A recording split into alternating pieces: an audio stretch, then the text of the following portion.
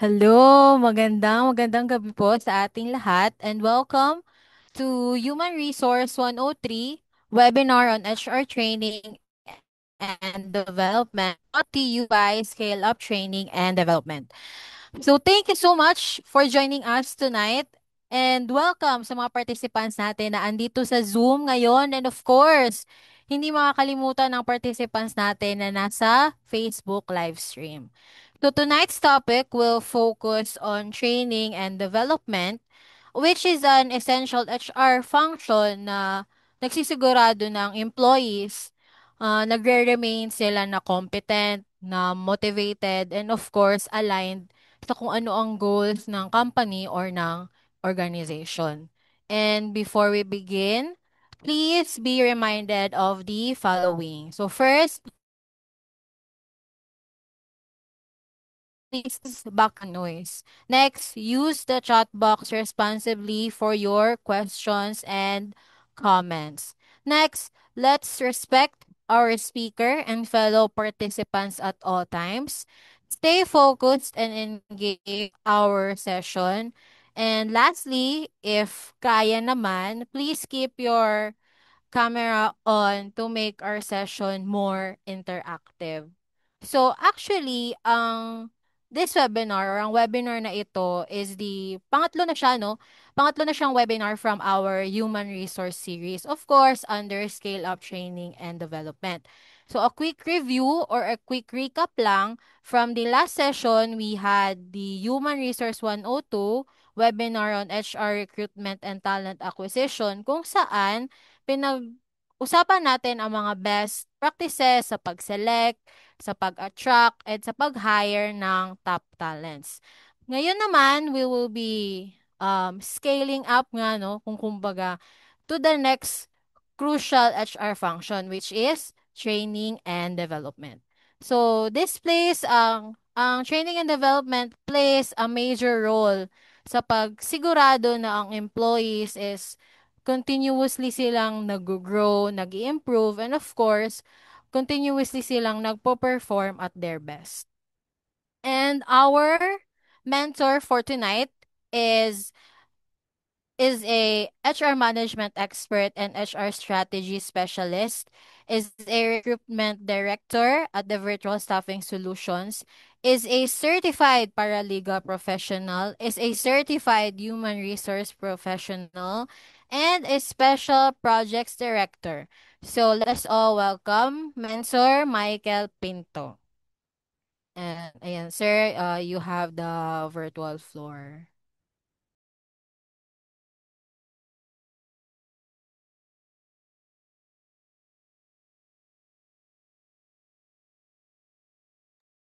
1 minute.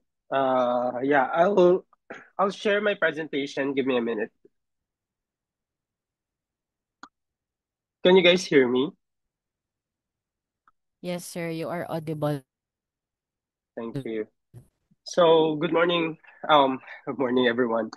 I will be discussing training and development for tonight. And again, feel free if you have any questions. You can actually type or can you guys see my screen? Yes po. Is it the presentation already, or is it a different right now? Actually, ano po siya, yung parang selection po siya ng templates.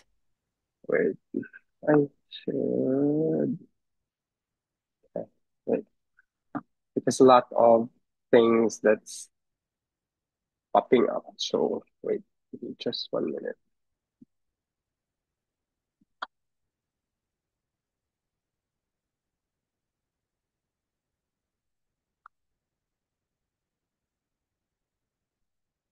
Hmm, There,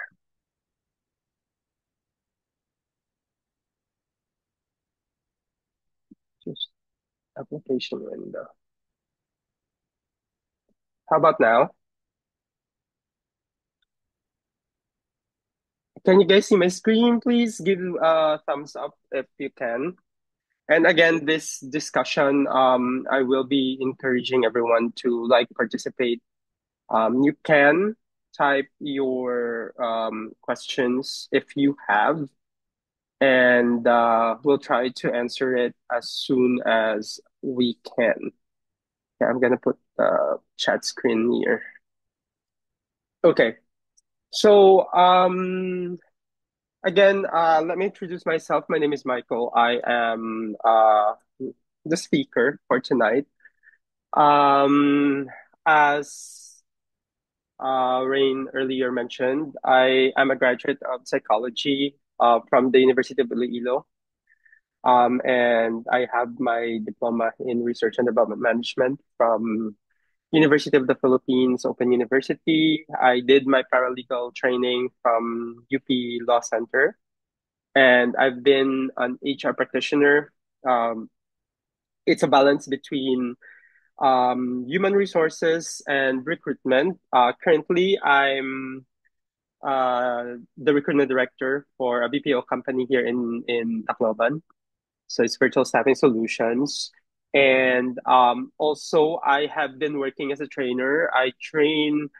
Um, I train people, work with Dole and Peso in Davao, and we conduct some training also with the schools. But I was also a trainer in the BPO space, but I handled mostly communication and soft skills. So let's proceed to, let me share this with you first.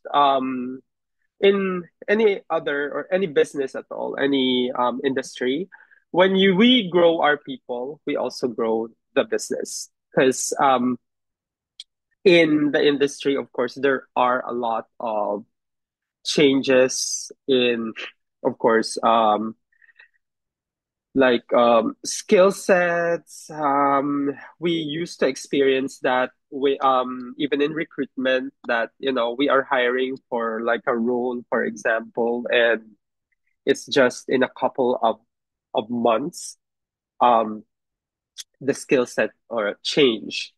So why is it very important to um you know upskill or reskill our employees or members of our team?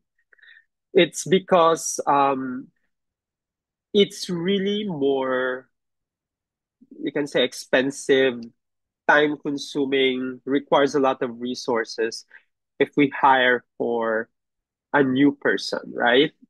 We have discussed that in the last webinar regarding recruitment and talent acquisition. So that would require a lot of um, time and effort to hire them. Most of them are also more expensive than the usual people that we have. And training also motivates people. It gives that feeling that the company cares about you and cares about your future because they provide you the training that you require, you need. And in the advent of AI, of course, in the advent of artificial intelligence, um, the training has become very, very accessible. So, yeah, let's proceed with the topics that we have for tonight. So, we have basically three major objectives for our training and development. So, it's strategic HR function, HR training and development, enhances employee skills to align with organizational goals and objectives, especially if there's like a change in like targets, for example, or business models, or the company absorbed or integrated a new business or a new line of business.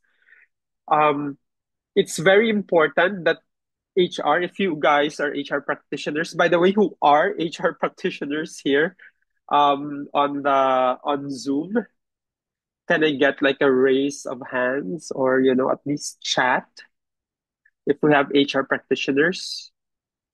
It could be HR, any HR professional, or probably students who are into human resource development or psychology. Um, can I get a raise of hands? Do we have any on this seminar? Do you have any psychology grads, HR grads, HRD, sorry, or HRM, human resource management graduates, or HR practitioners? So none. So everyone is like what, a student or other professionals. Anyway, so going back to the presentation,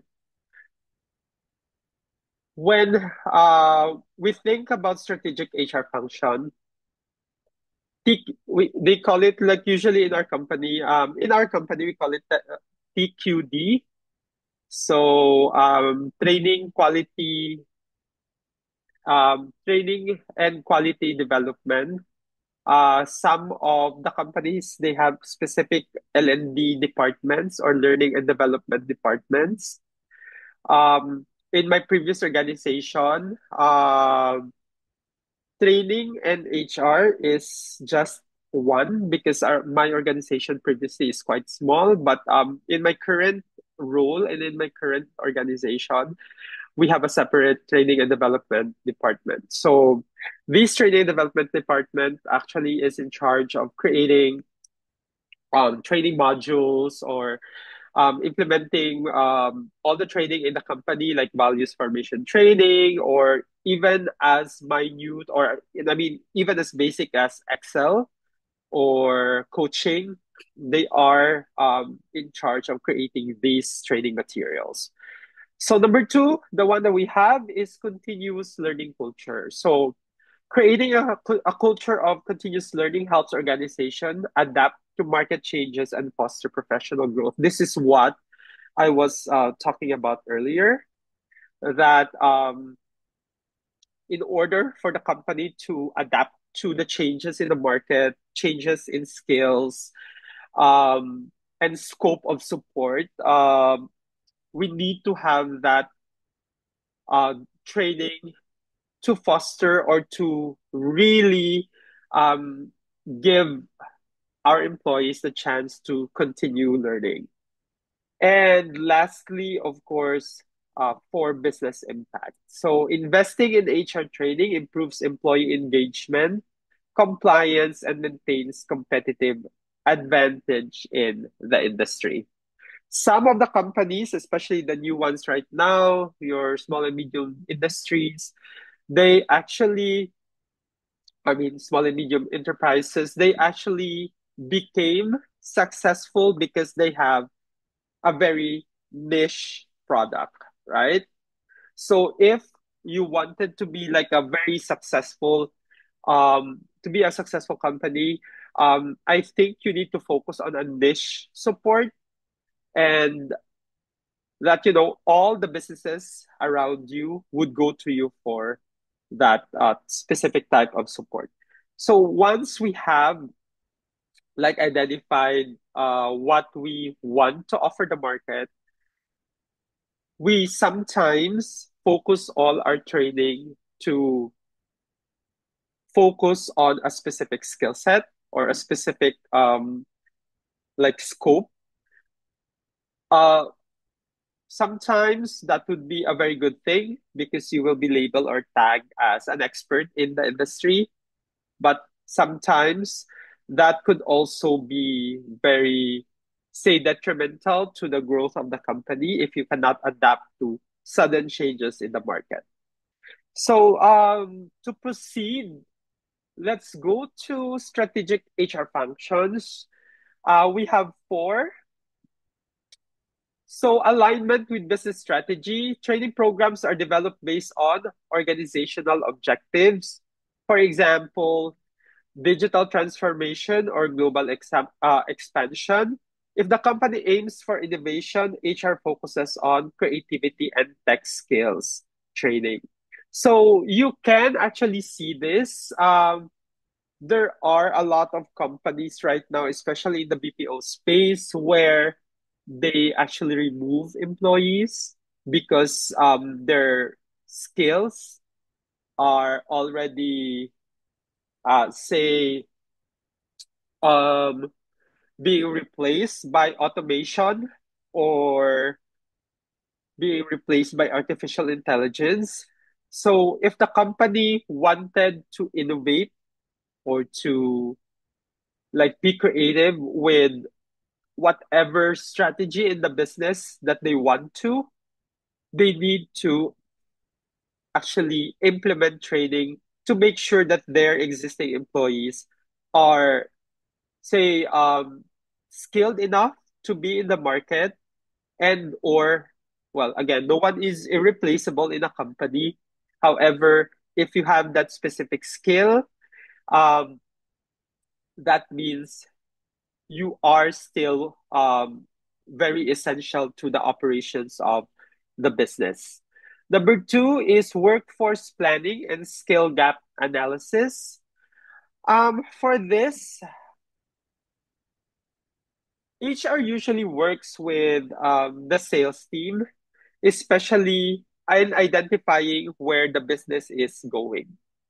For example, a company wanted to integrate or to go into a different line of business, for example. And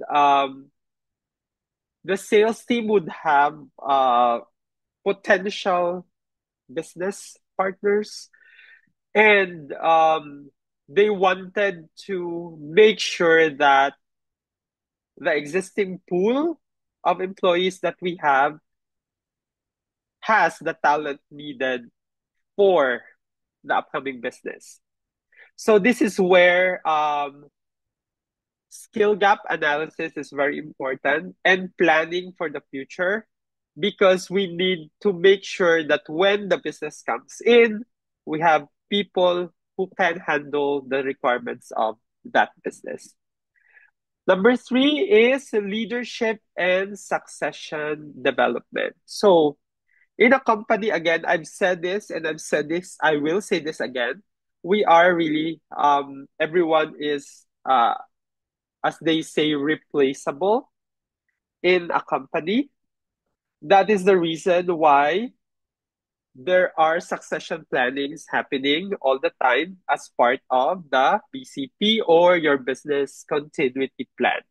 So strategic HR ensures leadership pipelines through targeted development programs. In my company, there are trainings that we give to like entry level employees to train and make them prepare to take on a more senior role, a leadership role.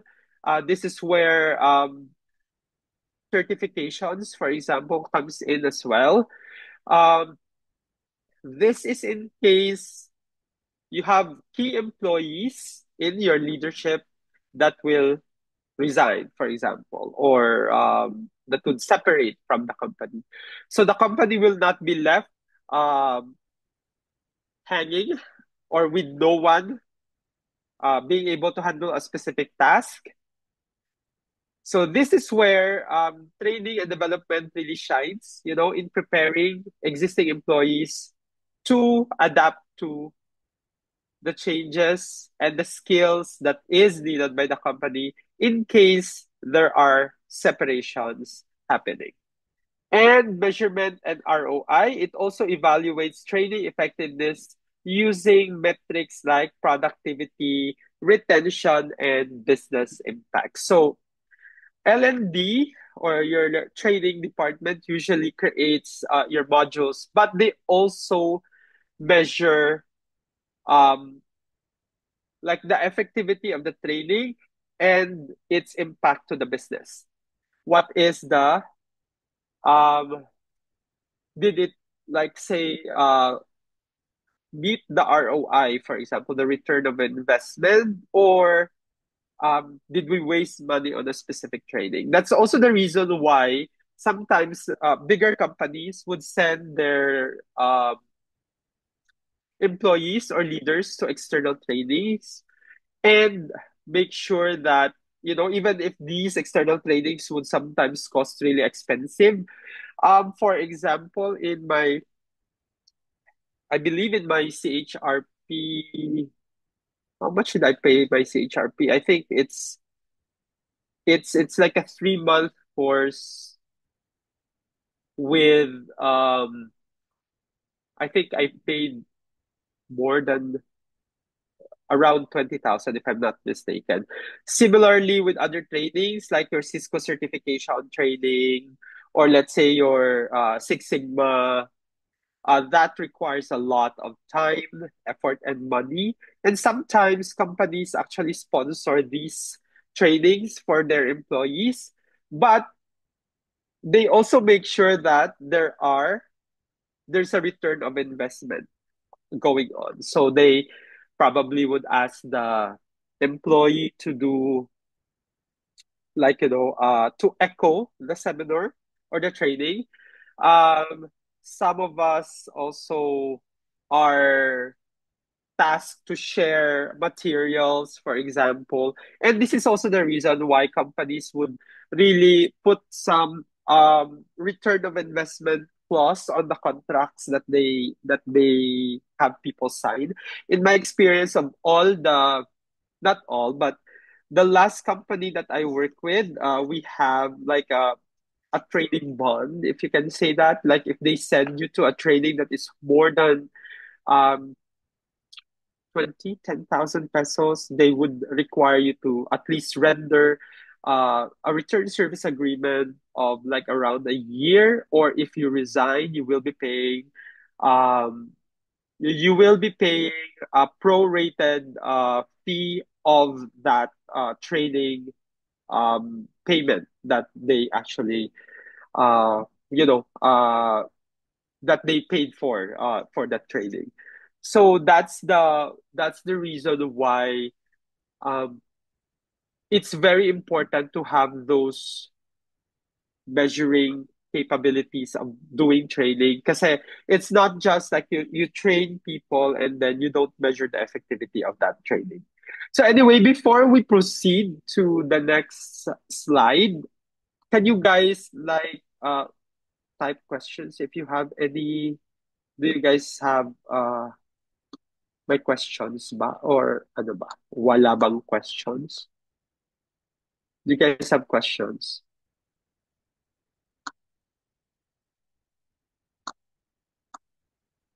None? You can actually just type the questions. That's fine. Give me a minute. Give me a minute. I'll be turning off my camera. Just a bit.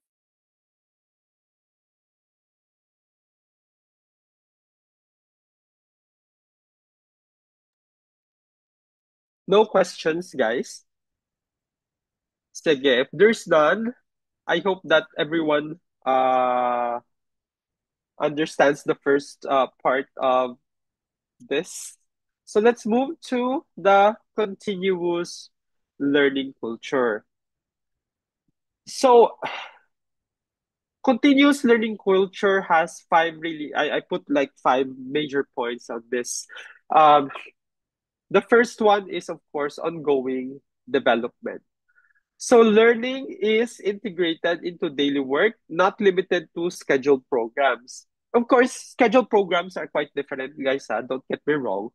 But there are types of training also that is like, let's say, one-on-one lang siya, or it's being done while the employee is also working. So it's learning integrated into daily work.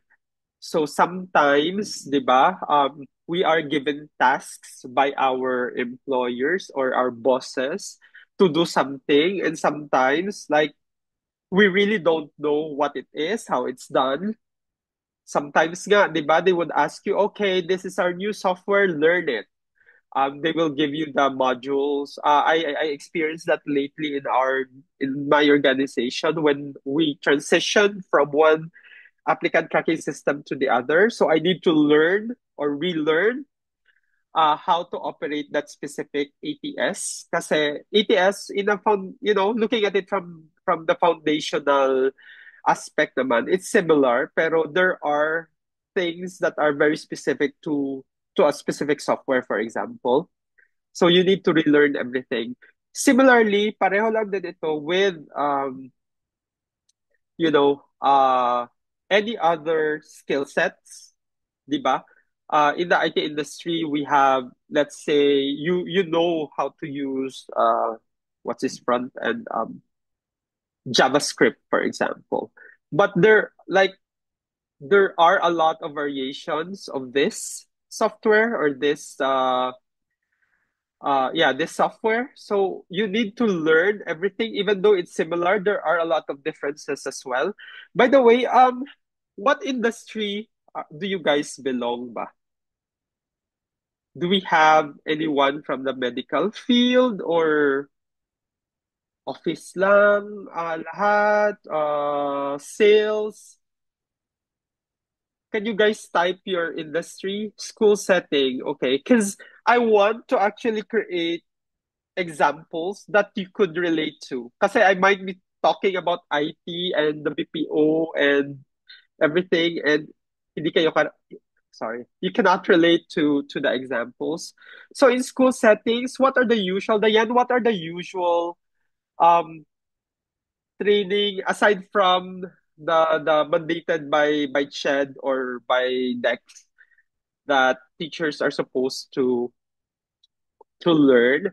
But what are the usual training or things that like your school head would ask you to learn? I was a teacher before, so there are times na, di ba, there are new materials, new textbooks, new the curriculum has changed, for example, and we need to like learn something that is in the new curriculum that was not in the last. Sometimes also, well, for the office setting naman, Jonabel, normally this we learn a lot of things along the way, right? It could be a new system sa office nyo, or it could be um, some training, yeah, about the syllabus. I think Piper and we were in the curriculum review, if I'm not mistaken. There's an Ateneo de Davao curriculum review that we were invited.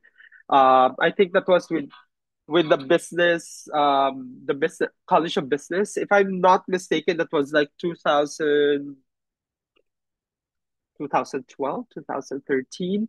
So we did a curriculum review, and they are actually getting ideas from the industry. Of course, we are the ones who are out there and checking what's happening, what's new, what are the trends. So you're correct, Diane. Some of the new topics and the subjects that is integrated to the existing curriculum, for example, or a new subject that is added, you'll need to really learn about it. Kasi, di ba, when we graduate sometimes, if we do not do continuous learning, we get left behind in the movement of our field. Like for example, in psychology, before uh in my university in Iloilo, the psychology training, or I mean my psychology education, it's very archaic na. If you compare, I graduated 2005. I think some people here are not born 2005 pa. But yeah, there were subjects back then that are not really, say, relevant in this day and age, or at least that subject or that field inside psychology has diversified or has grown into something else. That's the reason that I really encourage everyone to learn on their own. Um, that's why for teachers, diba, we keep on studying. I was planning to take up my master's degree in research and development management, but I thought twice about it because that's not really the field that I want to specialize in. I would love to specialize with, in more in industrial psychology or the human resource development part. But studying it, research and development is still very well. It's still very beneficial because I get to learn about project management and running the business and starting businesses and doing innovation and innovative approach to specific topics. So I don't think that it's a waste. But you need to really update your skills every time. I'm sorry. So the next one is employee empowerment. So this is where, again, guys, sometimes training is not effective because companies shove it to their employees' throat.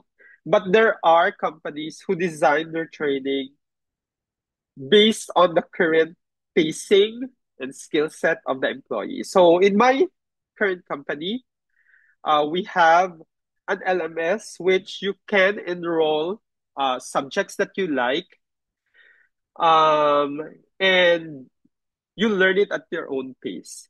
And online as well, there are a lot which I will be talking about later. There are a lot of free sites that you can learn things like with specific topics, even as simple as learning Excel or Word, which is, again, if there are students here, I would really suggest to equip yourself in, like, learning um, your Microsoft Office. And also there are a lot of things that came out now, especially in presentation. Canva is there, um, in Microsoft, like, creating project plan is has a specific app now called Visio. So these things I'm not aware about it. We only know a PowerPoint presentation before. In my time, which is like really really a long time ago, we even create like Manila paper cartolina presentations when we presented our ideas. But in the business, of course, there are PowerPoint presentation when you want to like present your business skills or business proposals. But all of these training actually not only benefits the company, so it also benefits the employee. Kasi an employee who has a lot of skills would be very, you will be a critical resource, if I can say that. You will be a critical resource to the company because you are the subject matter expert of specific topics or specific skills, for example. And you will be tasked also to train others, right? If you want to be a trainer, that's the best thing to go towards to. Be an expert in a specific field in your business, and you become that the company's SME, and you get to train people and teach them what you know. So the next one that we have is, of course, there is no continuous learning culture in a company setting if there is no access to resources. Okay, on your own, we can. But sometimes this is our actually very expensive materials or resources that companies are paying thousands of pesos in a month to have access to. But on our own, we have AI now. You can learn. Before we used to have Wikipedia, but as I've said earlier, there are a lot of websites online that you can learn things for free. These like training from Scale Up, this is also part of that resources that everyone has access to. before, di ba, it's very difficult to have um training kasi you need to be attending trainings before the trainings are before the pandemic, of course. The trainings are like, you need to travel to Manila, you need to travel to Singapore, you need to travel everywhere to have a specific training. But now we can do it online, you're at home, probably drinking coffee and stuff, and you are listening to a training course online. That's good. Um, Before, when I was in college and we did like our journalism training, we get to go to Baguio. That's actually a good thing about it because you can travel and meet people. I know that online training is very, very accessible because again, even on your phone, you can listen to training. But in Davao, where I was from before I moved to Tacloban, I usually would prefer a face-to-face training because it's really fun to have it. The activities, the workshop part of the training, that's really good. Um, also, I would really see people and I could interact better with people if I see them, right? That's why Rain earlier asked you to like turn on your cameras, but yeah, it's fine. I understand. You might be in situations where you cannot be, you're not really that ready. You're not camera ready, so I understand that. Anyway, for access to tools, LMS, as I've said earlier, learning management systems, e-learning platforms like Zoom or MS Teams sometimes, or there are other e-learning platforms and knowledge sharing communities. We have Wikipedia way back. I don't know if any one of you still use Wikipedia, but that's part of our school year where we get the information from. Also, continuous learning culture requires supportive leadership, right? So kung walang supportive na mga managers and leaders in your company, then there is no continuous learning culture.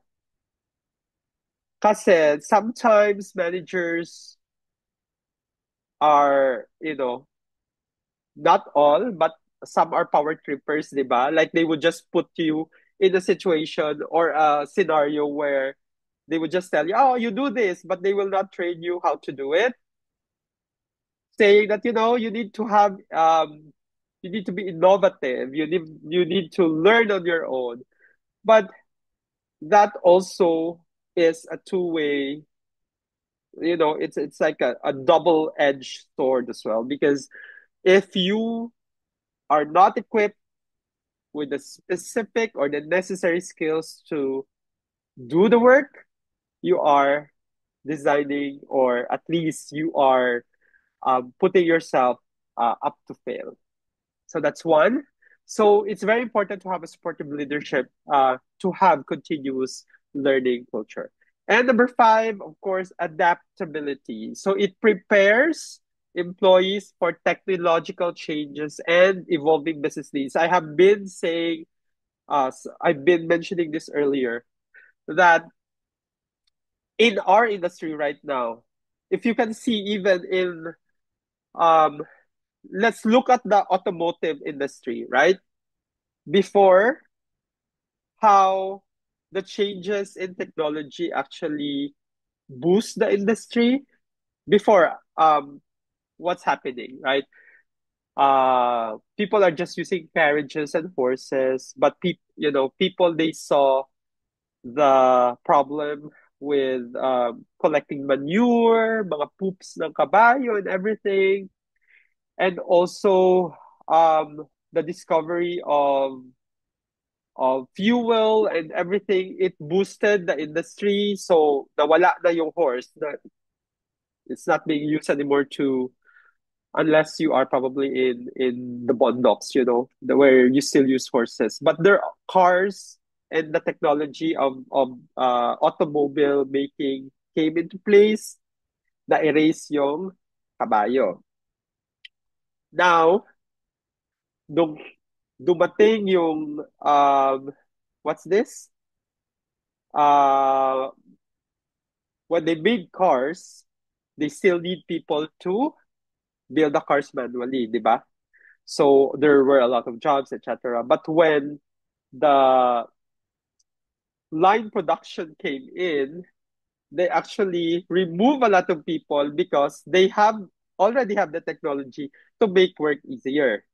Now, in the advent of AI, where factories of cars, like, factories that can create hundreds of cars in a month or let's say in a week, and it only needs less than 10 people to operate because of AI. So look at yourself, guys. Look at where you will be in 5 years' time. Will you be an obsolete part of the workforce na? Or, will you still be relevant in the workforce, in your company, in the offices that you work with? Magiging relevant pa ba tayo in 5 years? Or our job will be replaced by technology? What can you do again from now until in 5 years to make yourself relevant, di ba? So you need to adapt.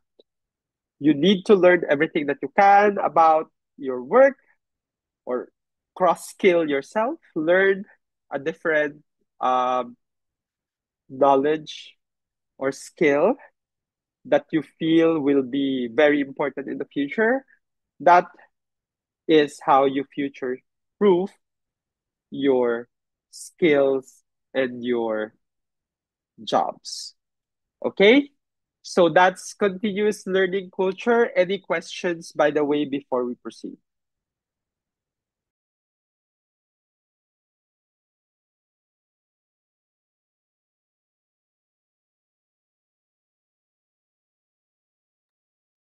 I'm sorry, I have sipon today. My rhinitis is acting up. But yes, so Diane, to answer your question, there's always a needs assessment in the company. Again, this is a collaborative effort, not just by HR, but also with our sales and workforce. Kasi I was mentioning it earlier, the sales team would map businesses that are coming in, right?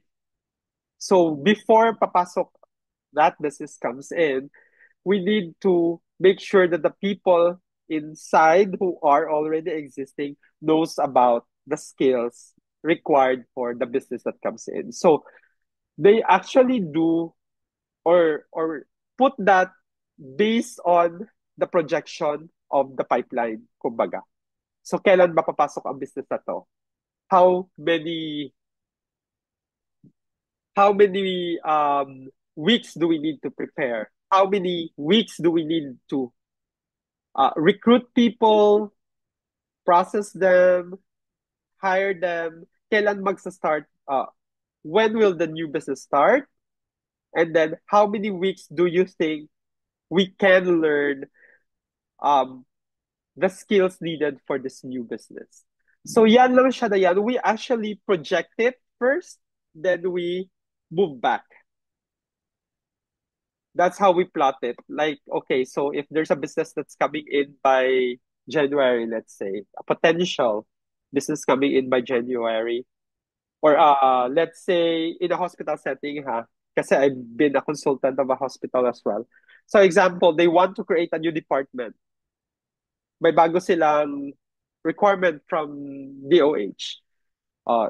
For your accreditation, we need to have like a new, let's say, blood laboratory or a new imaging center. So we need to have new equipment. We need to have new people operating the equipment, or at least we need to have our radiologist trained to learn this. Or probably there's a new medicine that or a new treatment that's being implemented by DOH. So what they do is they will project kailan ito magsa-start, when is it gonna open, when is it needed, then they backtrack. So that's just how um you know the training calendar works. Unless it's a routine upskilling, then you can just replicate it on a on annual basis. Like Q1, ano ba yung need mo? What do we need to train on? Quarter one, quarter two, what do we need to train on? Do we have leadership training on Q1, etc.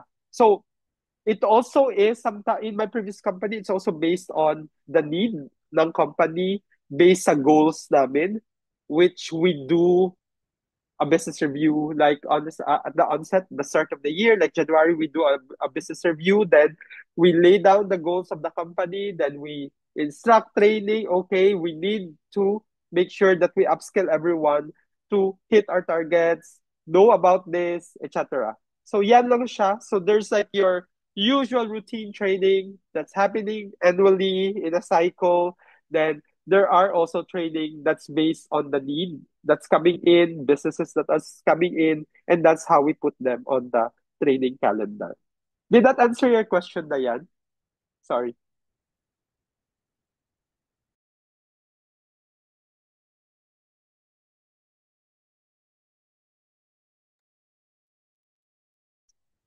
So I hope that answers your question. So let's move to the next one. So this is the third one, business impact. So what's the business impact of why are we doing training? So we need to have measurable outcomes. So we should track metrics such as productivity improvement. So when we train the employee, nagiging productive ba siya? Is there an improvement in his productivity? When we implement the training, did it enhance the quality of the business, the product, the people? When we initiate, like let's say a training, sa amin, we have customer service training. Did that up, did that improve our scores for our net satisfaction surveys? So it would be, or reduction in errors and costs. Part din yan. Kasi, nung tinrain ba natin yung mga empleyado natin, na-lessen ba yung mga, eto sa ano ito ha, like let's say, na-reduce ba natin yung cost natin? So that's really important sa mga business owners, right? That the cost is reduced. So these things are actually quantifiable. So productivity improvement, how can you measure it? Di ba may mga monthly assessments, kamusta ang performance, quality enhancements, may mga survey din yan. There are a lot of software that could track that. Customer satisfaction, there are surveys that we send out to our customers, or at least if sa office setting ka, if may mga, like sa bank, diba, they have surveys that they ask you to fill out, and then they review it. How was the score? Even sa Globe, right? If you call Globe, for example, or any customer service a bank, they will ask you, sir, please stay on the line for a couple of minutes. You will hear an automated survey. So they can actually measure these things. And once they have the data, they will check, did we meet ba the investment for the training? Worth ba ang training? Okay. Number two, performance improvement. Training addresses skill gaps and that affect operational efficiency.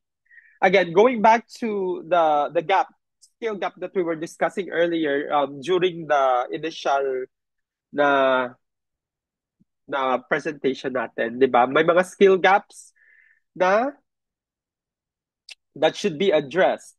Or else, again, we will be looking for new employees with new skill sets that could address the new skills that we require.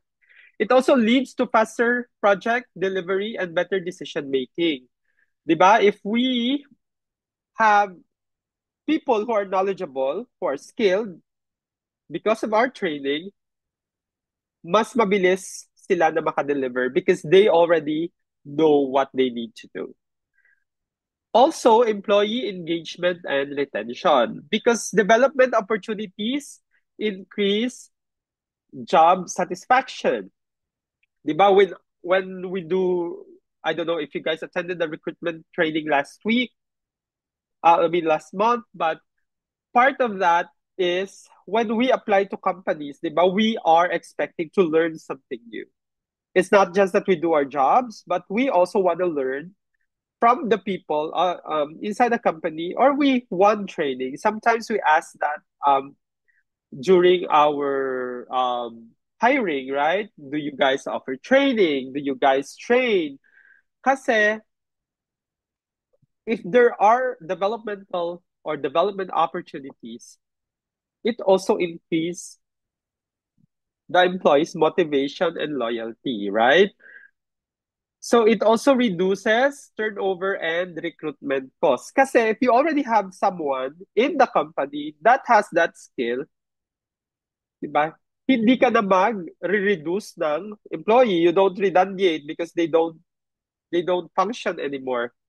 And that also reduces your recruitment costs. Actually, it's really cheaper to train than to hire. Kasi the people that would come in that you're hiring, how expensive is recruitment? It's very expensive. Isang post mo lang sa ano, like let's say I'm hiring for one person. Isang post ko lang sa job street, how much would that cost? 6,000 to 8,000 per post. And that's 1 month. So bakit sa job street ka lang makukuha ng mga employees? You also need to have your LinkedIn. You need to have um, other things that would be very attractive to applicants, like signing bonus, etc. You need to have referral incentives sa employees mo na mag-refer ng mga tao na to. So it's really gonna be more expensive than to just like send the person to train. And also competitive advantage. Skilled workforce differentiates the organization from competitors. This is what I was like talking about earlier. And it also improves brand reputation and customer trust. This is where companies create their brand. Okay? Kasi if you are like the go-to company, the go-to business of a specific scale, then it is an advantage to your against your competitors. For example lang ha, like if we talk about accounting and audits, the most famous is like SGV, right?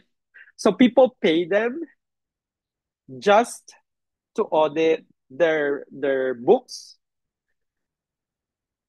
and it's really really expensive, guys. Trust me, it's 6 digits to get these people just to do their audits. Minsan nagsi 6 figures yung payment na yan, or even more. So it's very expensive to get experts. That's why kayo as trainees or attendees of this training, I really encourage you to have a specialization. Dapat meron kayong i-learn na skills that you are the expert in. Para it creates that advantage, not just in your company right now, but in the industry that you are in. So yeah. So before we proceed again, do you guys have questions on the business impact of trading?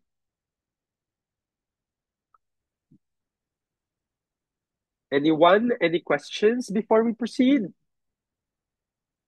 Kung wala, I will proceed to the next slide. So what comes to mind when you hear training and development? So again, training and development, it's enhancing employee skills. So HR training improves employee skills, knowledge, and competencies to meet organizational goals effectively. It also is a strategic workforce alignment. It develops or it aligns workforce capabilities with company strategy and supports career growth and succession planning. So again, pag sinabi natin training and development, di ba? Yan. Ay, okay, iti-train ako kasi mapupromote ako. I met one of my classmates from our paralegal training. She's actually working for Department of Agriculture, I think veterinary and yung veterinary section, if I'm not mistaken, they were actually sent to training because they are in line for a promotion. So yan. So pag sinabi nating training, okay, the company is training me to be, I am a I'm a manager in training. That means you are in line to become a manager or supervisor or a team lead or whatever it is that you are being trained for. Also, again, going back, it has the culture of continuous learning. It's investing in training. Investing in training fosters a culture of ongoing learning essential for innovation and competitiveness. We've talked about this. And comprehensive training programs include technical skills, soft skills, compliance, and leadership development for holistic growth. So there are training for compliance. What are the examples of compliance trainings that we have? Siguro naka-attend na kayo dito. We have yung sa Red Cross, right? Basic Life Support Training, BLT. I think that's required sa company. That's part of the compliance. Drug-free workplace is a training done by CIDG. That's also a compliance training. Excuse me, sorry. OSH is also a compliance training. So these are expensive training. Ang OSH lang, I think it's 6,000 for 1 week, for 40 hours. I've undergone OSH training for my previous organization. Same with the basic life support training. So lahat na ito, pati, di ba, there are fire drills and the training that's done by the Bureau of Fire as a compliance training. So ang daming compliance training that you can actually actively participate. Kasi for example, your basic life support, diba? Red Cross will give you an ID that you are what's this? An emergency. They have that term. I just forgot kung ano. Yung parang emergency something that you are allowed to do basic life support in case of an emergency sa company. So that one. Basta it has a lot. Technical skills training, of course. These are your training that involves upskilling. For example, sa IT, ang dami nito.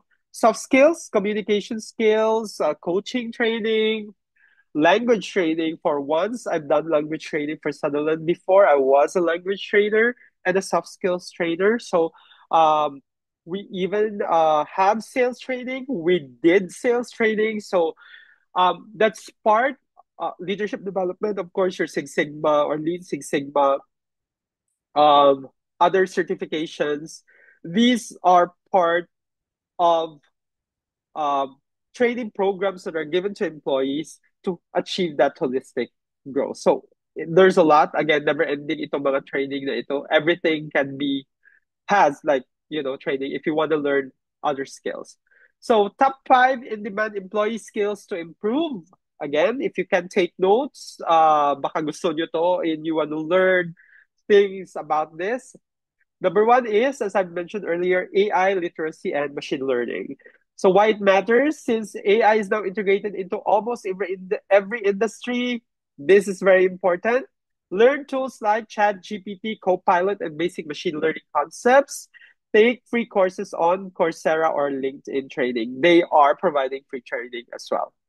So AI, very important. Do you know how to use Copilot or Chat GPT or AI Gemini of Google? Kasi they're not just there to answer your questions.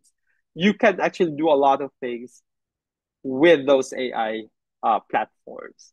Number 2 is data analytics and data-driven decision making.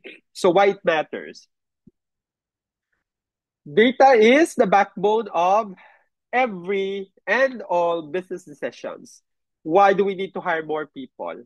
Kasi based on our data, we cannot we are lagging behind our output.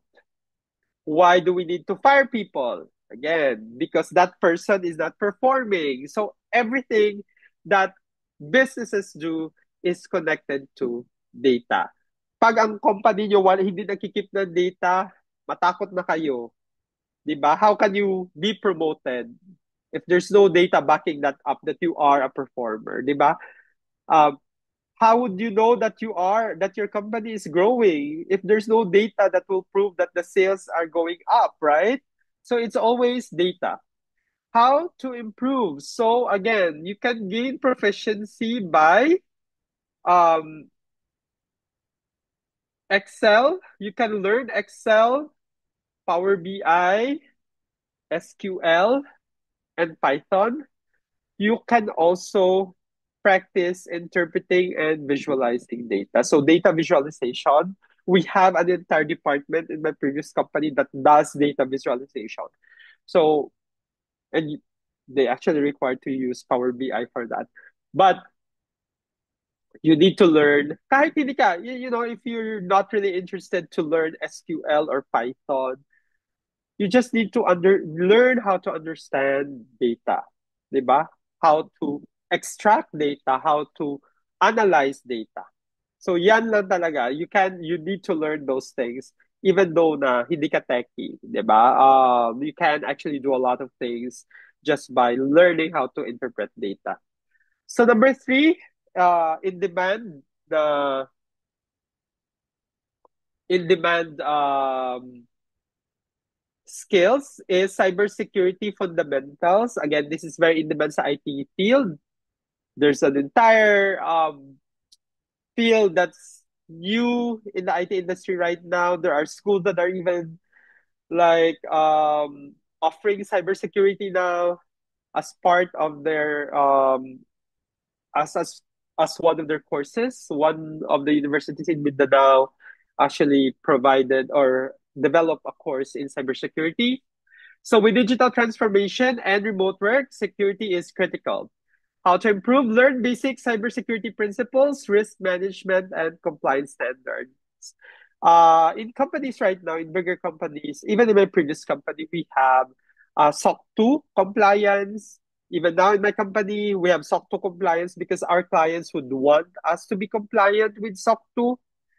So yun, there's also ISO compliance. So ang dami siya. So it's cybersecurity is part of these. So you need to be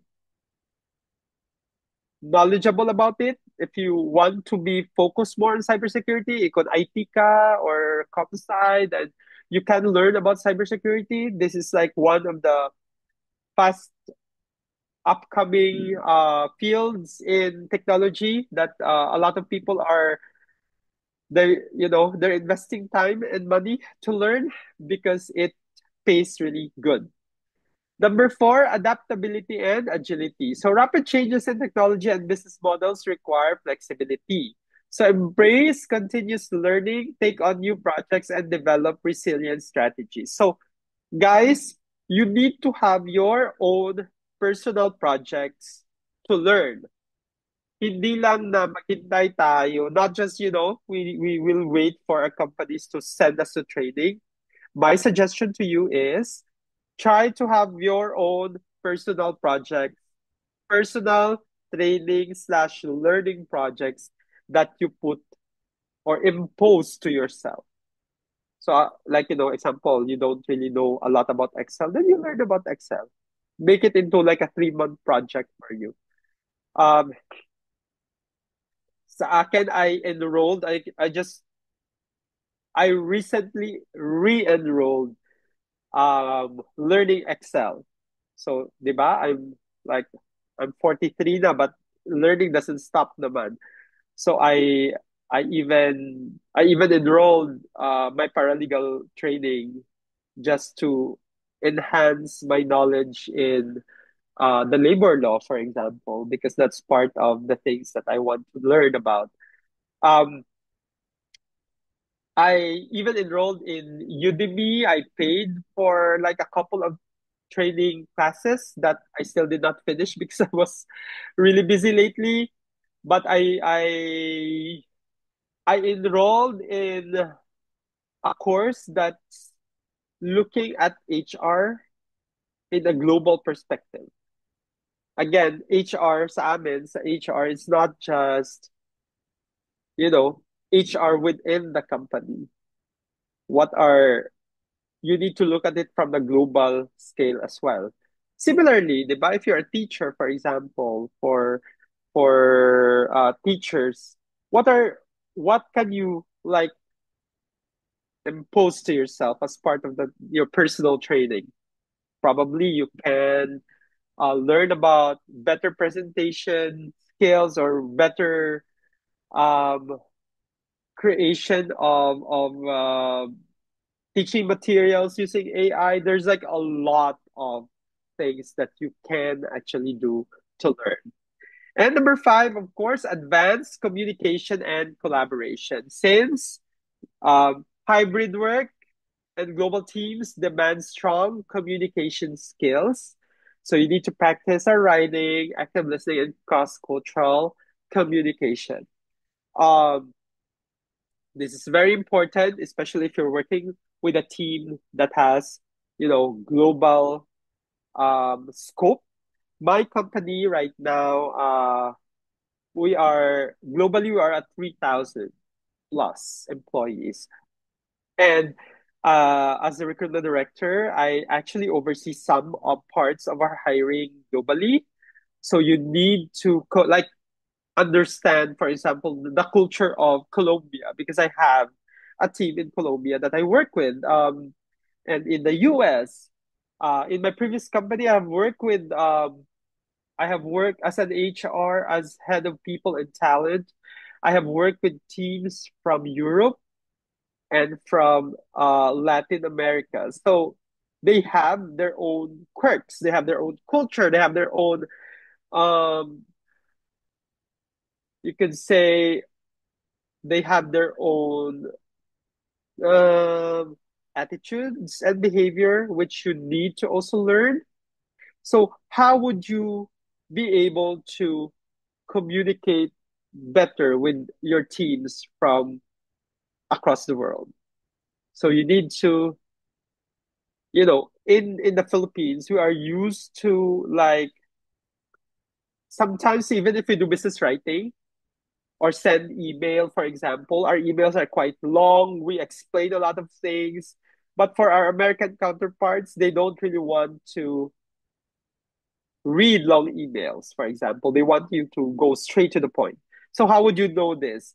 Of course, you need to make yourself aware of things that they actually do or they want or what's their behavior or characteristics.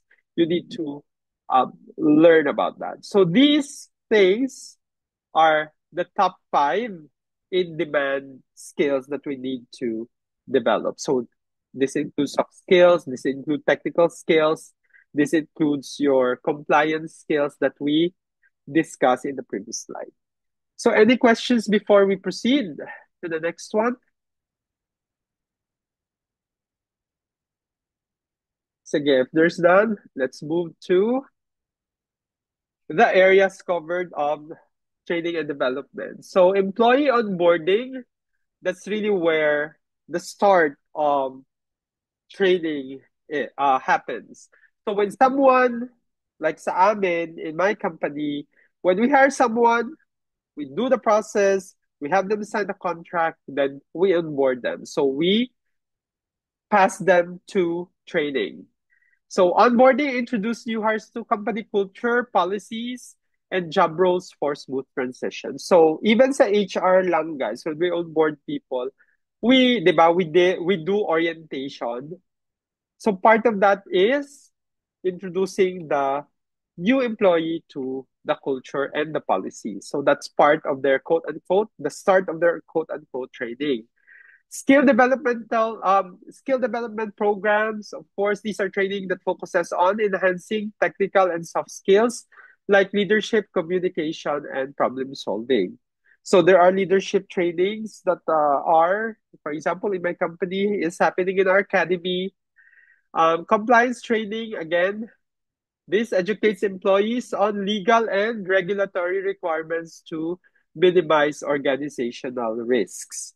Dito sa mga compliance training, um, yung sabi ko kanina, like the drug-free work training, DCIDG, again, that is a compliance training and that reduces organizational risks. As well as, of course, your legal implication. Kasi, di ba, if, let's say, may, ano to, may na, someone was arrested. Sorry, my Tagalog is not really that well. Someone is arrested, for example, inside a company who's a drug user. Then, okay, so wala lang. Then after a few months, meron na naman. And there's a trend. So this puts your company into the spotlight, right? Because there's like, in 6 months, there are like, let's say, 4 incidents of drug use in your company. So do you have internal policies that would, at least educate your employees or prevent it from happening? So these things are part of those things that you need to do to minimize the risk for the company as well. And lastly, of course, career and organizational development, mentoring and coaching, prepare employees for future roles, and foster positive workplace culture. So, yung sabi natin kanina that there are trainings that happens on a daily basis while the employee is working. This is where the one-on-one mentoring, shadowing, coaching comes in as well. So, eto yung mga career development or career and organizational development that is part or covered by training TQD or training and development. So, key components for HR training and development. So, let's go here. So, the essential elements of these are, of course, the needs assessment. Diane, earlier I was talking about this. We need to identify employee skill gaps and training requirements to target essential development areas. So, again, new business coming in, these are the skills required. What are the current skills that we have versus what are the skills needed? So, that's your needs assessment. What are the things that we need to improve on, or I mean, to train on? And then after that, we need to create a curriculum and selecting methods like online bayan, classroom setting, or blended learning approaches. So we need to design the training program for it. So if you are in HR, for example, so you need to analyze the gap first. What are the needs? Then you design the curriculum. Will the participants be able to come to the office to have like a 6 hour training, or will it be blended? Okay, we'll have like a part one, phase one of the training, face to face. Then the succeeding part of the training will be online. So these are your blended training. Or is it online, full online training? You just give them the modules, you let them learn, and then you assess them after. After that, implementation. So na-train na lahat. We're done with the training. How do we implement whatever we learn during the training? So delivering training programs through chosen formats and modern technologies effectively. And lastly, evaluation. Measuring training effectiveness using models like Kirkpatrick's 4 levels and ROI calculations. So paano natin, as we have discussed earlier, how effective is the training? So just to show you the Kirkpatrick model, this is the 4 levels of learning evaluation. So the level 1 is the reaction. So, di ba, meron tayong mga evaluation form normally after your training. Did the participants ba, did they like it?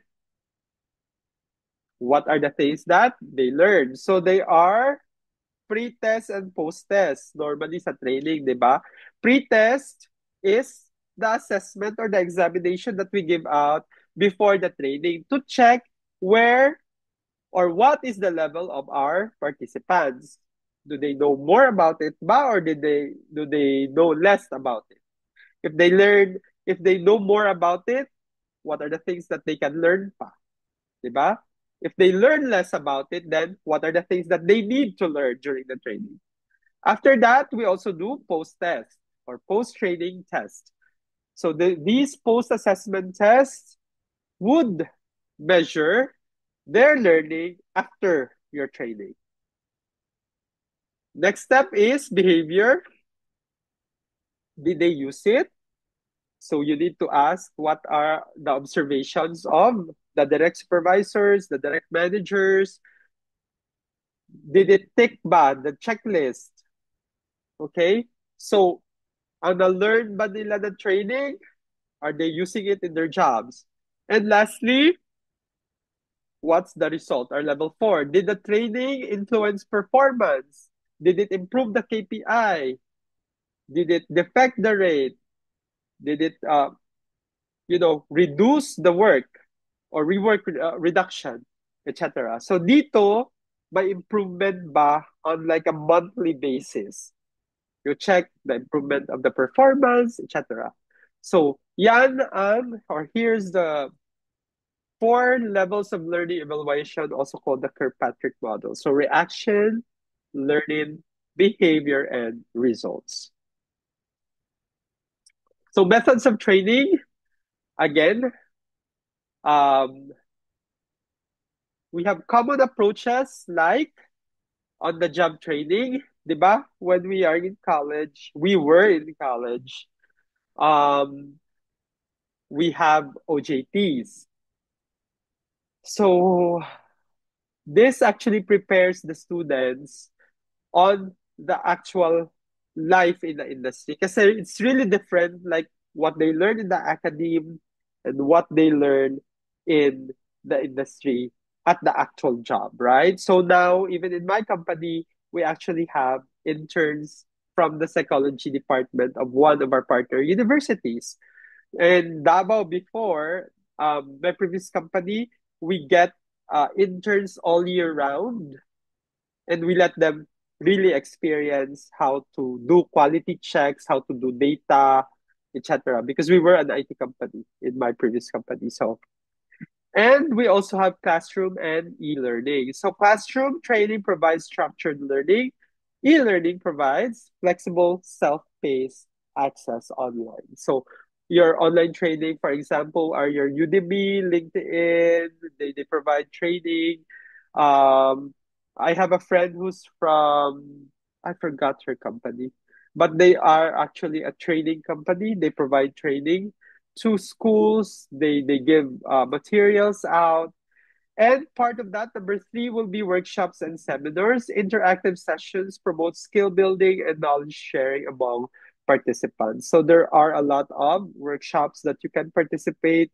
Normally, workshops and seminars, guys, there are if this is like a face-to-face, they usually require a fee, but e-learning or online training normally, 'di ba, you can, well, may mga fee naman, but if you are still self-learning, then usually you can find some of these materials for free. Mentoring and simulation. So personalized coaching supports career growth. Simulations allow practice of real life situation. So normally sa mga Six Sigma, they have simulation. They create business plans. Sa previous ko na in my postgraduate degree sa UP, we actually did, we also did like business planning, which we need to present to our professors. There were also, in my paralegal training, uh, we were actually given like a case to study and to present, and we have a coach, a lawyer who coaches us. Oh, she's our teacher, but she is our advisor in our project. So we actually did mentoring in the organization naman, in a corporate or a company setting. Normally, di ba, if you're a new employee, there are always mentor that you shadow. So these things are part of the common approach in training that you can see in our usual daily lives. So that. The next one is the challenges. So what are the challenges? Eto guys, if you can type on the chat box, what were the challenges ba that you have experienced? Di ba, minsan, you can say, oh, there's a training, but when you check the price and you propose it to the managers, they will not allow you because it's expensive. So, in my previous organization, we actually have a training budget that we allot. For example, for each employee, we allot like 5,000 pesos that they can use to enroll to specific trainings that they want. So some of them would really use this. So what are the obstacles? So number one, of course, pera. Diba? If the company doesn't have a budget for training. So normally it's really a common problem because training for some companies, they think that training is actually less important probably than marketing, let's say. But again, we need to invest, you know, in training. Even personally, if you have like extra money that you can spend, you spend that for enrolling in courses that you want to learn. So I usually make sure that I am enrolled to like specific learning classes to improve my skill set and improve my portfolio as an HR consultant. So budget constraints, limited budgets restrict the quality and scope of training, hindering investment in tools and expert trainers because expert trainers, guys, are very expensive. So before we actually got a consultant, an HR consultant, and we're paying her like 36,000 in a month. So that's every month. When I was a consultant, I was also paid like a bit high for my consultancy fee. And that's because you are paying your consultant for their expertise, right? So since they are experts in their field, they did not get their knowledge for free because they also invest. That's why they would charge you expensive consultancy mentoring fee as well. Number two, employee engagement challenges. So sometimes there's a lack of motivation and perceived irrelevance reduce participant engagement in training programs. Sometimes, di ba, nandiyan na yung training pero walang empleyado na nag-enroll because they feel that ay, extra time na naman ito, hindi ito overtime, etc. So guys, I want you to invest time in training talaga. But again, I think you guys are very invested naman sa training. I mean, listening to your trainers, your person talk about specific topics for 2 hours, that's already investing your time. My God, it is a Saturday. So some people has somewhere to go on a Saturday, but you're here, you're listening to this training. So I really appreciate that. Measuring training effectiveness, of course, evaluating your ROIs and training success requires complex data analysis and robust frameworks. So again, if our companies are not really equipped with measuring training effectiveness, they would feel that this is irrelevant. Kasi, again, without the data to back the effectiveness of training, they would just think that it's not effective. And keeping up with technology. So, continuous updates to training, content, and delivery methods are essential to match evolving technology and standards. Kasi again, guys, you're learning about something and then after one or 2 months, there is a new or there's new technology na naman for for a specific skill. So sometimes i-relearn nyo naman or there are platforms that's again new that you need to learn and it's really very difficult to keep up with the technology. Guys, feeling ko, can you guys still hear me? Because I think my wait, I need to check my AirPods if it's low bat. Okay, buhay pa naman siya. So there. Any questions about this before we proceed to the next slide?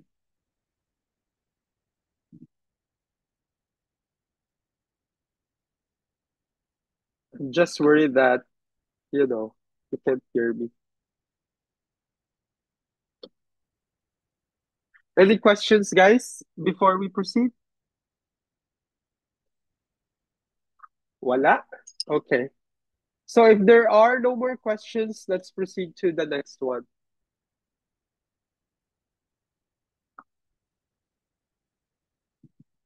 So best practices for HR training and development. So let's proceed. What are your what are the strategies for success? So, number one, align training with business goals. As I was saying repeatedly, again and again, we need to ensure that our training, the training that we have or the training that we are participating in, aligns with the organizational goals to boost impact or strategic impact and relevance for workforce development. Kasi we might be undergoing specific training, but it's not really relevant to the organization. Similarly, if you are participating in a training na not relevant to your career goals, that would also be something that you need to think about talaga. So you need to really, personally, okay, let's not talk about the organization. Personally, if you are, or in your career, if you want to be something, if your career goal is, let's say, to become the president of the Philippines, you need to train or get training that is designed to make you successful in your career goal. So, yan lang yan, guys. So, again, if you want to be like, let's say, a graphic designer, what are the things that you need to learn outside of what you've learned in the office? Diba? Kailangan mo bang mag-learn ng bagong software? What are the things that you need to learn? So sales, what are the things that you need to learn? Probably sales presentation, creating your sales presentation, um, business development, probably. So those things you need to list down. Gawa ka ng checklist. You need to list down everything that is connected to your career goal and try to learn how much do you know about these specific topics. And if you feel na, okay, parang konti yung alam ko sa ganito, look for trainings to augment or to improve that skill set. Number two, blended learning approaches. So combining online and face-to-face training caters to diverse learning styles and improve engagement. As I've said, again, there's nothing wrong with attending online learning, but if you have the chance to attend face-to-face training sessions, that would be really good. Uh, a couple of months back, I was invited to attend a business presentation, I think, by the Chamber of Commerce here in Tacloban, and there was, Anthony Pangilinan, the father of Donnie, that artista, Donnie Pangilinan. He is a very, very good speaker. So he was there. We attended his training session. It was a very, very good workshop, and I even bought his book because it was a really good workshop. So that's something that you learn um, differently. An online session has its own benefits, but a face-to-face training also has its own benefits. So if you can do a blended approach, then it's better. Continuous feedback and improvement. So you need to ask feedback from your immediate managers and make sure that, you know, did the training that you've undergone improve your performance? Okay? Did it improve by the way you do your job? Similarly, if it's personal, you need to also look at yourself. Okay? Did I improve after my training? Did I learn more about things after my training? What are the things that I have? discovered after my training. So these things you need to really understand and know. Yun yung mga bagay na dapat yung ma-understand and kailangan nyo din, you need to check yourselves personally.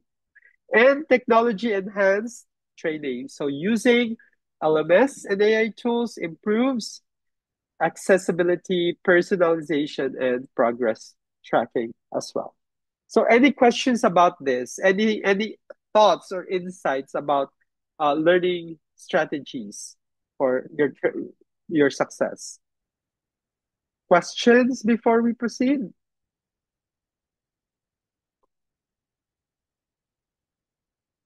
I'm audible pa naman, di ba? Can you still hear me? This is crazy. Yes, thanks, Janice. No questions, so let's move to the next one. So here are your top five learning management tools in the Philippines. And the first one is what we use personally in our office now. So we're using Moodle. So Moodle is a highly customizable, widely used in schools and universities, and it features course management, mobile app, and other integrations. So you can see these well, companies sometimes use this naman. So if you had the chance to learn how to use them, then that's better. Number two is Talent LMS. Again, easy to use, affordable, supports remote and hybrid learning. It features gamification, so learning also while integrating learning through games, mobile learning and reporting tools.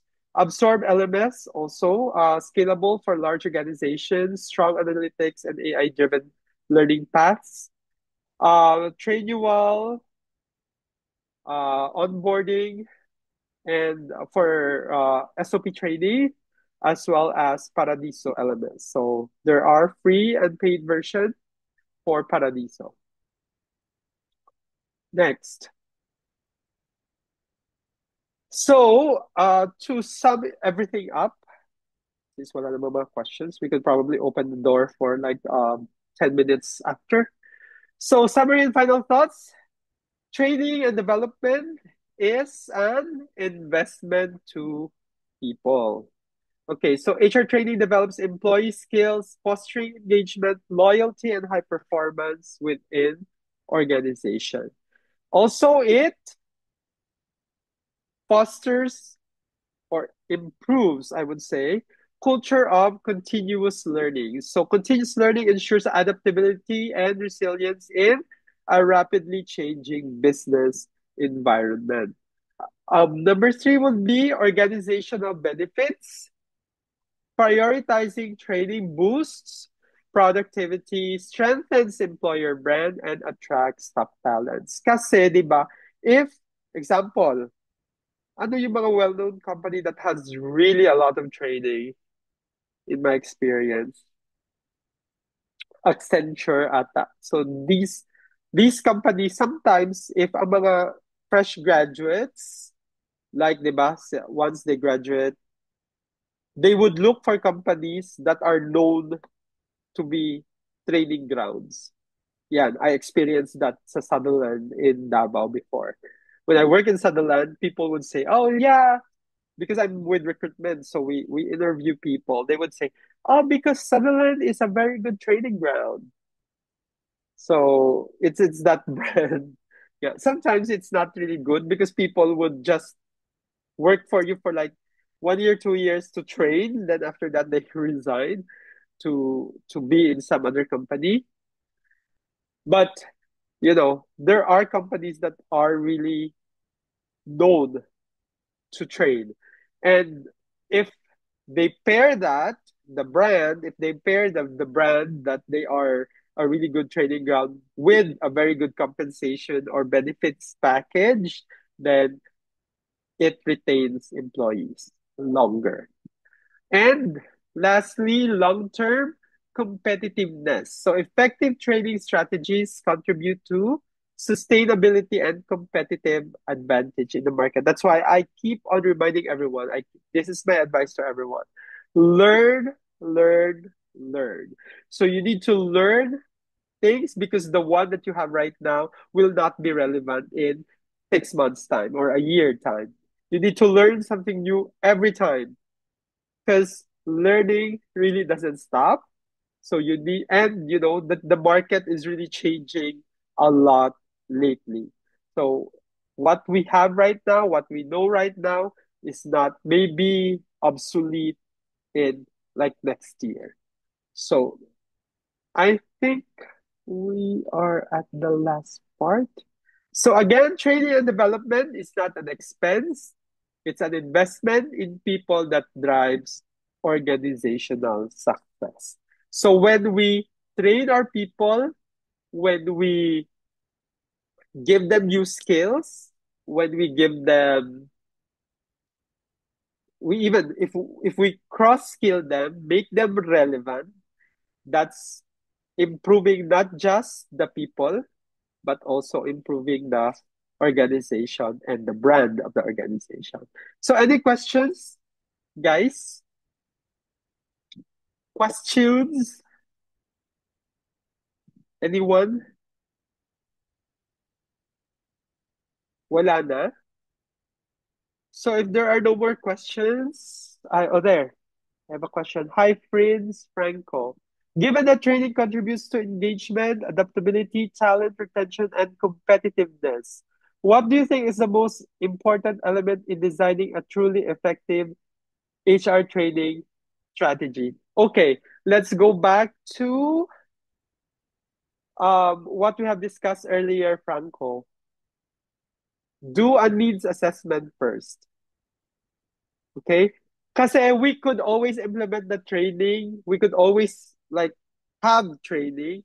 But if it doesn't address a need, then it's useless.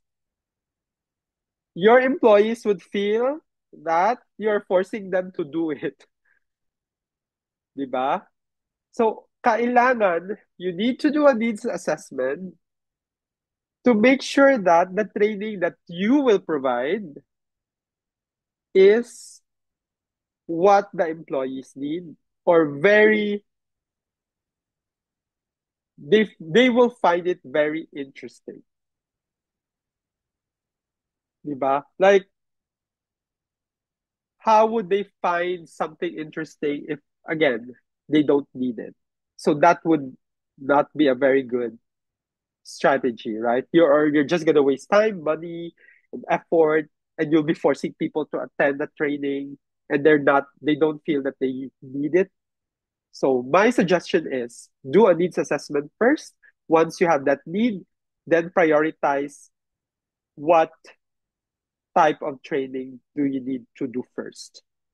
And you know, you map it out on your training calendar. So example, it's very nice to have like at least one training per year. I mean per quarter. So if you have do a needs analysis, get the top, let's say top four training that your employees want, then design your training calendar, give one training per quarter. That's my suggestion. Did that answer your question, Franco?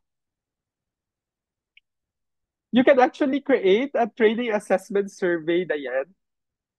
Kasi syempre, iba-iba naman yung training assessment survey, right? So, normally there is a part there that would ask if, how was the training? Did they learn something? That's just for the survey, ha? Um, kamusta ba yung topics, kamusta yung presentation ng speaker, how's the speaker, etc. What did they learn? Did they answer the question, etc. So, this is the time that you utilize your AI. You can actually get it, or even not AI. You just go to Google and then just have or get a generic training assessment survey and then tailor fit it lang. Insert questions that you feel is necessary and connected to the training that you give out. Did that answer your question, Diane?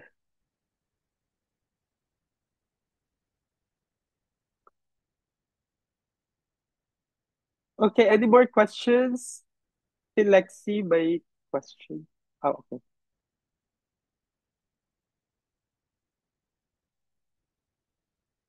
Okay. So I have a question from Lexi. I'm a fourth year psychology student. I'd like to ask if you have any tips for someone who will be starting their industrial organizational psychology internship.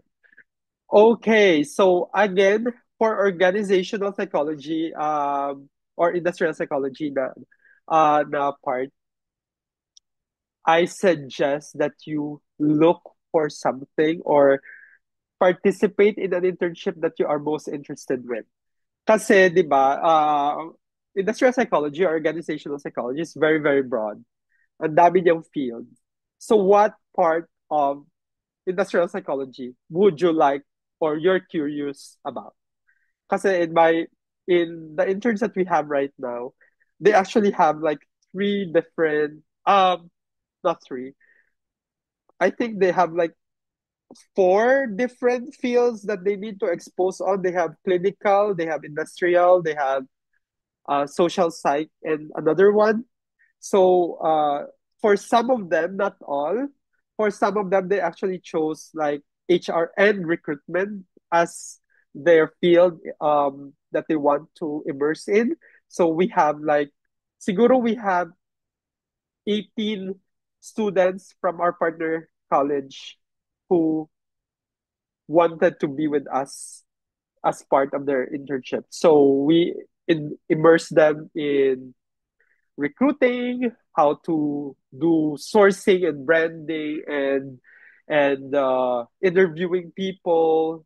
They get to play around our data and our applicant tracking system. So it depends really sa'yo, Lexi, on what you want to do and what field of psychology are you interested in.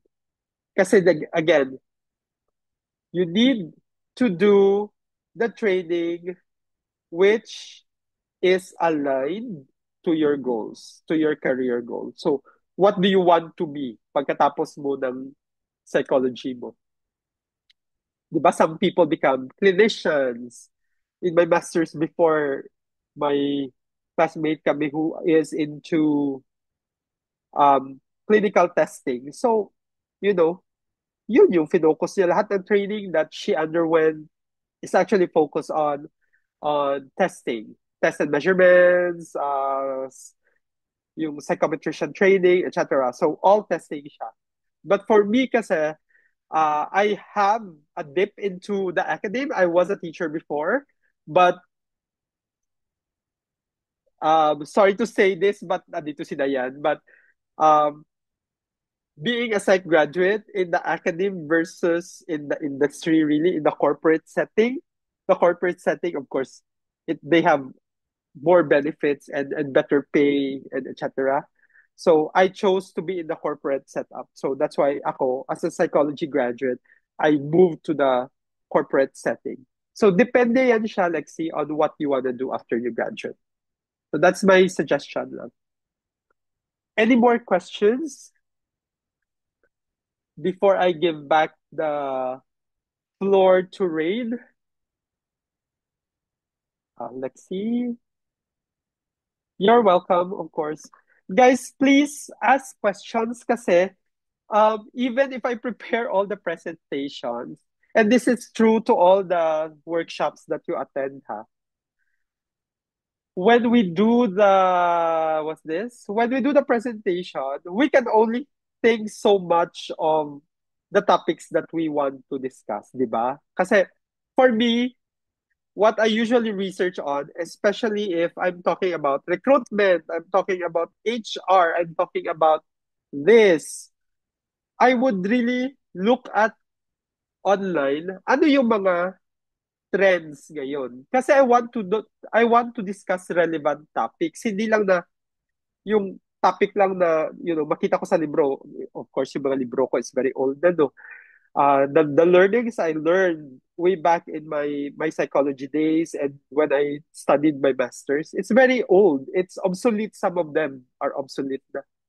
So that's why when I create my materials for our discussion, I would look at the internet, check on the recent trends. Ano yung mga trends sa psychology about, let's say, recruitment?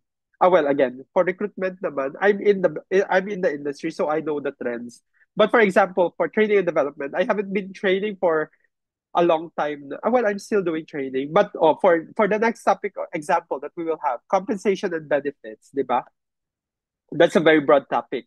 So what I will be presenting probably would just be the basics, what you need to know about compensation and benefits, but I will not really dig deep into those discussions on, like, let's say, taxation, because that's really very heavy discussion.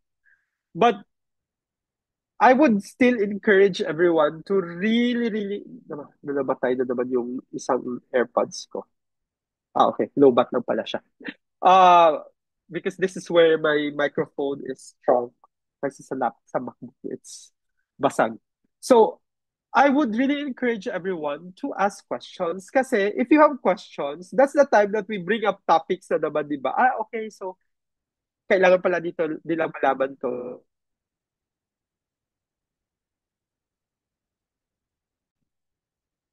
Ito yung mga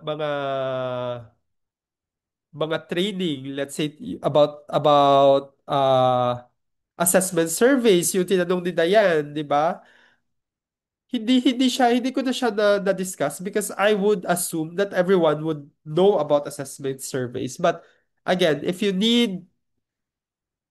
there are things that we haven't discussed, please feel free to ask questions kasi mas na-open yung topic na yun. You know, we discuss more topics outside what is presented on the PowerPoint slides. We have a lot of information that we could discuss if you ask questions. It's actually better to ask questions para mas mas maano tayo, mas makadiscuss tayo ng maraming topics. Anyway, I guess that's it since there are no more questions. I'll return the floor to Rain from Scale Up. Thank you guys for the time. Okay, thank you po, Matt. And maganda na discussion tonight. And of course, sa pag-answer ng question, kindly don't forget to fill out our attendance sheet by scanning the QR code na makikita niyo sa screens ninyo. And of course, na ipopost po namin sa chat box. So, are there any more questions?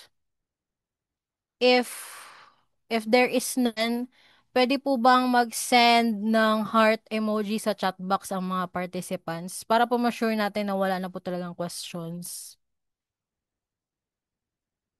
Heart emojis in the chat box, Check please. if you guys are Ayan. still alive. Go. Oo, kasi 2. So, naman 2 hours. So, makikita naman po natin, alive na alive pa po sila. Ayan. Okay, so, ay, nakamute po kayo, sir. I know what I'm just saying is like next time, please feel free to ask more questions so we can have more topics to discuss. Sige, yun lang. Thank you Oh, guys. okay po. Ayun daw. Huwag na kasi kayo mahiya mag-ask ng questions. Willing naman sumagot ang ating mentor. So, Yes. ayun. Ayun, Ay, wala na daw Rain, pong... Yes po. one thing lang pala. So you can ask questions in Bisaya, Hiligaynon, English, Tagalog. Okay lang yan. Okay. Don't be afraid. But sometimes, syempre, I would answer questions in English kasi it's, for the benefit of everyone. But yeah, feel free to ask a lot of questions, guys. Yon, you can ask Hiligaynon man yan, Ilonggo, Bisaya. I could understand them. So just type it. It's fine. Thank you. Sorry, Rain. Oh, it's okay lang po. So, ayun. Thank you so much po. And, ayun, though wala na po atang questions, so we would like to invite you to our webinars for next month, which is December, kasi patapos na po ang November, Ayan. So, if meron kayong mga topics na interested kayo, you can register through scanning the QR code na makikita nyo sa gilid nung kada topic. So, ayun. To stay updated sa mga sa mga schedule ng webinars or any other announcements, please follow us on our social media platforms. So, meron kaming Facebook, Instagram, and YouTube. Just search for Scale Up Training and Development. So, and that concludes Human Resource 103 webinar on HR training and development. Once again, thank you so much for joining us tonight. Maraming salamat po. Stay safe. See you in our next webinar. And remember, we are your Scale Up partner. Good night. Thank you guys. Bye.